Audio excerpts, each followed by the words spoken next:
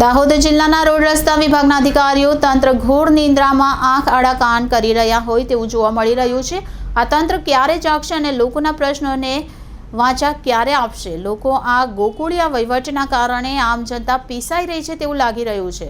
તો જાલોદના રોડ રસ્તાઓ બિસ્માર બન્યા છે અને અકસ્માતને નોતરું આપી રહ્યા છે તેવા દ્રશ્યો જોવા મળી રહ્યા છે। જાલોદના લીંબડી શહેરમાં જ્યાં જુઓ ત્યાં રોડ રસ્તા પર ખાડા જ ખાડા જોવા મળી રહ્યા છે। તો દાહોદ જિલ્લાના તંત્ર રોડ રસ્તા પર વાહન ચાલકોની અકસ્માતની રાહ જોઈ રહ્યા હોય તેવું જોવા મળી રહ્યું છે।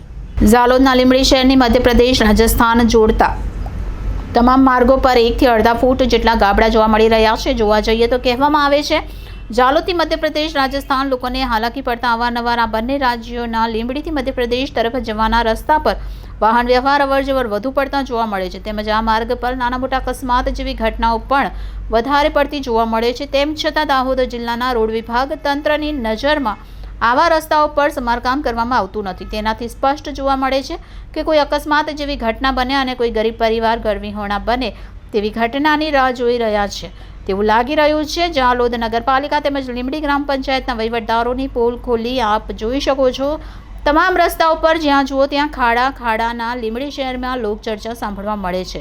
તો તાત્કાલિક ધોરણે રોડ રસ્તા પર પડેલા ગાબડાઓ પુરાણ કરવામાં આવે અને તેની કામગીરી હાથ ધરવામાં આવે તેવી આશા લોકો વ્યક્ત કરી રહ્યા છે। Reporter Kishor Dabgar, city gold news, Dahod.